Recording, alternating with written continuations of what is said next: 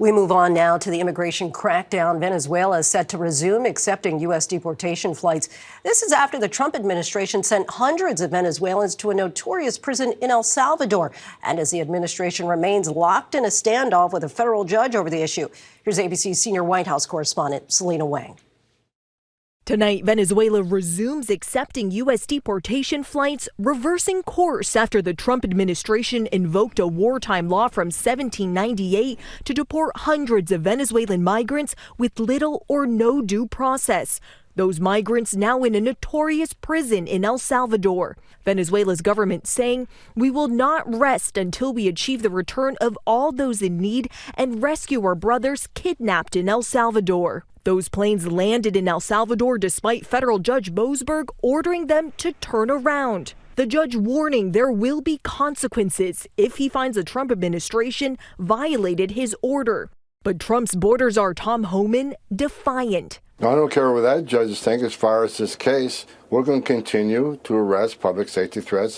Homan refusing to explain how the administration determined the migrants were gang members, but confirming they will abide by the courts. Well, sure. The bottom line is that plane was full of people designated as terrorists. This as President Trump calls for the impeachment of Judge Boasberg, claiming he's biased.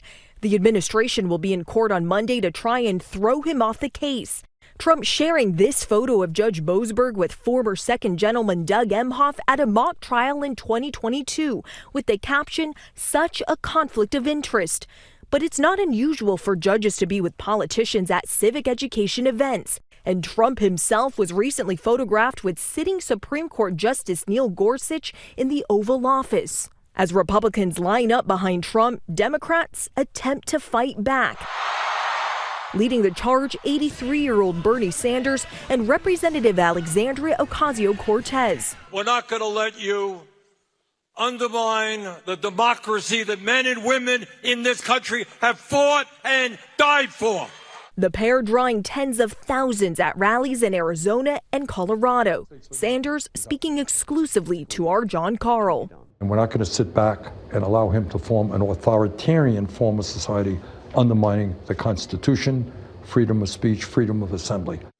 Selena joins us now. Selena, how might the Trump administration use taxpayer data in its immigration crackdown?